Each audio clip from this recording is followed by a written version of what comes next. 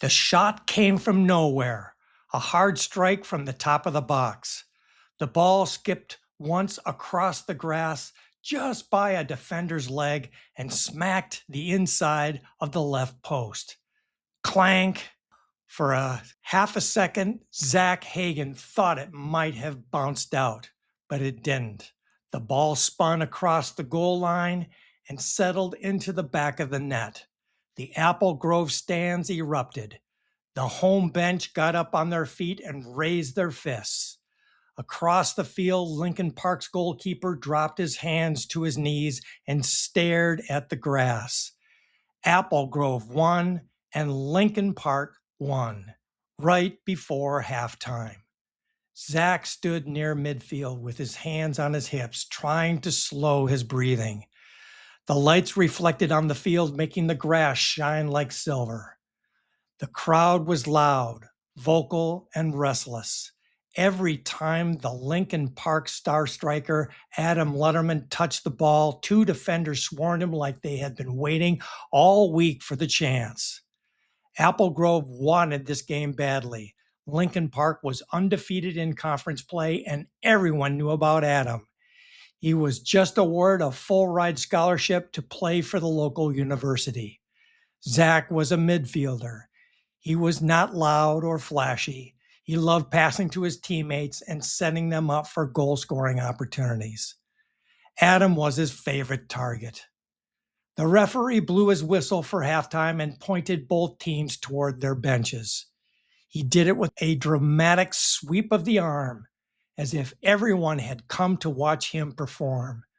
Earlier in the half, Adam had been shoved from behind near the touchline. "Play on," the referee shouted. A few minutes later, Zach got clipped from behind after making a pass. "Play on." Then Adam got pulled down just outside the box. The referee jogged past him, waving both arms. "Up, up, up, play on." The Apple Grove crowd loved him. Lincoln Park did not. At halftime, the players gathered around Coach Kellen. Most of the players drank water. A few stared across the field. Coach waited until they were quiet. "We are favored to win. Now we are tied," he said. "Gentlemen, there is no reason to panic.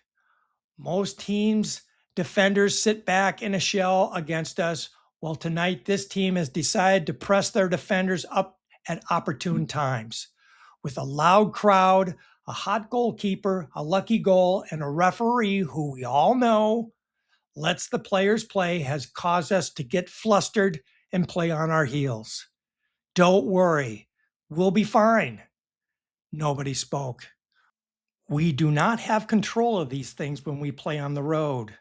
We need to focus on what we can control. We need to play Lincoln Park soccer. We practice hard on perfecting our play sequences. We practice corner kicks, passing plays, penalty kicks, and cross pass plays in front of the net. You already know what to do, so play Lincoln Park soccer. Heads were nodding. Zach leaned forward. He took a quick drink, then pressed his lips together. It is difficult to play well with a dry mouth and a tight stomach. He reset himself. Zach breathed in through his nose. 5 seconds in, 5 seconds hold, 5 seconds out. He could feel his heart slow down just enough. For a brief moment, he thought of midfielder Michael Olise. He loved the way he carried the ball through the midfield, waiting for a passing lane to open before threading a perfectly weighted through pass behind the defensive line, giving his speedy teammates opportunities to score. Zach nodded his head, hoping he could play like that one day. Coach clapped his hands 3 times. "I believe this team will find a way to win tonight," he said. "Yes, I do. So let's go do it." When the second half started, Apple Grove tried attacking with their wings. Lincoln Park stopped their advances and countered back. Every clearance felt temporary. Every throw-in felt dangerous.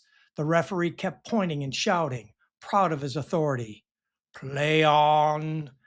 With 3 minutes left, Apple Grove now tried to force the ball through the center.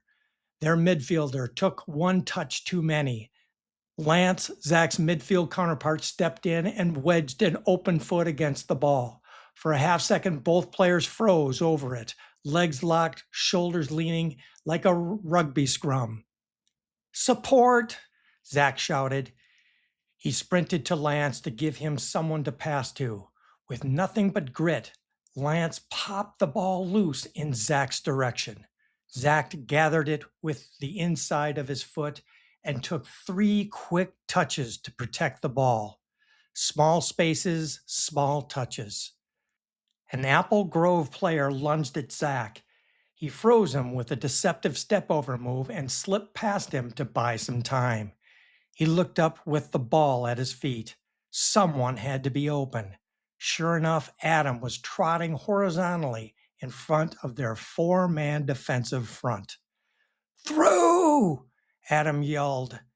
Zach did not think. He immediately kicked the ball between 2 approaching Apple Grove defenders. It was a hard pass, but not too hard. The ball rolled perfectly in an open space downfield. Just enough pace for Adam to comfortably race to it in full stride. He scooped the ball up and drove toward the box. The crowd rose. The 2 remaining defenders chased him down. One came from behind, one came at him at an angle. Adam tried to cut inside for a shot. The first defender slid under his feet. The second collided into him. Adam's legs twisted and his body crashed into the turf. This time the whistle blew. Sharp. Late. The referee jogged in, chest high, pulling a yellow card from his pocket like a magician revealing his final trick. He presented it to the defender, who took out Adam's feet. He then pointed at the penalty kick spot. Penalty kick! Apple Grove's players surrounded the referee, shrugging their shoulders, but they had no argument. Some of the fans booed. Adam was still down. The referee blew his whistle and signaled to the timekeeper to stop the clock. Game clocks always need to be stopped when there is a serious injury. Zach stood outside the box, breathing hard, staring at his friend. Not Adam, not now. A trainer and Coach Kellen hurried out. Adam sat up slowly, grimacing. When they helped him to his feet, he could barely put weight on one leg. He looked toward the penalty spot. Then he looked at Coach. Zach, Adam said. Coach squinted his eyes. What? Zach should take it. Zach felt his stomach drop. No, he murmured under his breath. Adam pointed at him. He's been passing to us all season. He even takes PKs with us after practice. He can do it. Coach turned. Zach? Coach walked toward him and put one hand on his shoulder. Adam wants you to take the kick. You could do it. You're ready. Zach nodded once. His heartbeat pumped against his ribs. He had taken hundreds of penalty kicks. After practice, against his own goalkeeper, but mostly against the wall. At his old elementary school, he still practiced against a vacant brick wall. There he rehearsed shooting, receiving inbound passes, executing pass plays, and countless other drills he made up in his head. The wall was his perfect practice partner. But his favorite thing to do was practicing penalty kicks. He placed 2 orange cones 22 feet apart for a 24-foot wide goal. Countless times he hit the right cone with open foot kicks, and he hit the left cone with instep kicks, with toes down, ankle locked, middle of the ball, thinking low, following through low, a grass cutter. Back then, nobody watched. Now everyone was watching. Zach picked up the ball and placed it on the spot. The Apple Grove goalkeeper bounced on his line, arms spaced wide. He smiled like he already knew. Zach looked at the right corner. He kept looking there, but in his mind he pictured his orange cone on the left. He then thought of Ronaldo's familiar mantra before taking a penalty kick. Same as always. It is normal to score. Zach nodded his head. People sometimes mistook those words for arrogance. Standing over his first high school penalty kick, he finally understood. It wasn't arrogance. It was confidence. Not the kind of confidence that ignores the pressure. It was confidence built through hundreds of repetitions until scoring felt like the most natural thing in the world. Same as always, he thought. Starting from the ball, he took 5 steps back at a 45-degree angle while looking directly at the goalkeeper. The Apple Grove fans stomped on the metal bleachers. Someone yelled his last name. Someone else yelled something worse.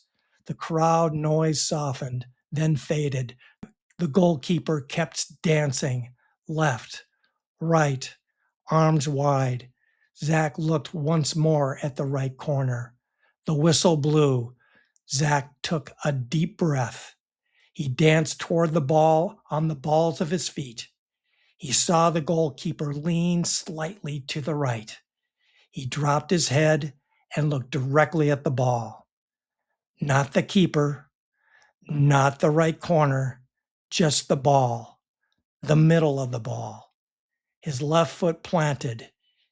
He whispered, "Low," when his right instep drove through it. Toes down, ankle locked, crossing the body. The ball skimmed over the grass toward the left corner. The goalkeeper fell to the right with his arms in the air. The ball kissed the inside corner. Goal! The crowd went silent. The Lincoln Park bench roared. Zach turned to the bench. Adam was standing on the sideline, limping, smiling, pointing at him with both hands. Zach jogged back to the midfield. His teammates reached him as they ran to the center of the field. One high five, another, a slap on the shoulder. "Get back into your positions," Adam shouted from the sidelines. The referee was already waving them toward the center circle. The game clock showed 2 minutes and 8 seconds left. Coach Kellen stood near the sideline and held up 5 fingers. Everyone saw it and knew what it meant. A 5-4-1 formation. Lincoln Park quickly dropped into formation. It was time to park the bus in the box. Apple Grove threw everything forward. Long balls, overload the box, pump balls into the box. In response, Lincoln Park fortified their defense by plugging things up and clearing the ball out one at a time. The game clock finally expired. The referee gallantly blew 2 short whistles and a long one. Game over. Lincoln Park 2, Apple Grove 1. On the bus ride home, the conversations rose and fell in tired waves. Some players replayed the penalty kicks. Someone in the back row claimed he had never doubted Zach for a second, which made everyone laugh. Zach sat by the window, still wearing a warm-up jacket over his uniform. Adam stood near the front, both hands gripping the seats in front of him, with his injured leg stretching carefully into the aisle. "Hey, everybody," he said. "Listen up." The bus quieted. Adam looked back at Zach. "Everybody thinks I'm the goal scorer," he said. "And yeah, I like scoring." A few players laughed. Adam smiled. "But Zach has been setting us up all season long. He finds us when we're open. And tonight, when we needed him, he stepped up and took care of business." Zach looked down. His face felt hot. Adam nodded at him. "That's soccer," he said. You keep giving to the team, and sooner or later, the game gives back. Nobody said anything for a moment. Then the bus filled with applause. Not wild, not silly. It was solid. Zach looked out the window and smiled. Moments like this reveal how we respond to pressure. Many players miss penalty kicks not because of a lack of ability. They miss because pressure quietly changes their mechanics. The heart races, the body rushes, the shoulders lean back just enough for the ball to sail over the crossbar or drift wide of the post. Zach had practiced this moment hundreds of times. He wasn't just trying to hit the left side of the goal. He was simply trying to hit a small orange cone in the left corner of the net. One small target and saying one simple word at impact. Low. Sometimes willpower isn't about trying harder. It's about choosing one clear thought and trusting it completely. And his body already knew what to do. Moments like this can happen more often than we think, on the field, in the workplace, and in life. Pressure will always tempt us to rush. Preparation teaches us to slow down. Focus on a small target. Trust your training. Learn from a wall with orange cones and quiet reps.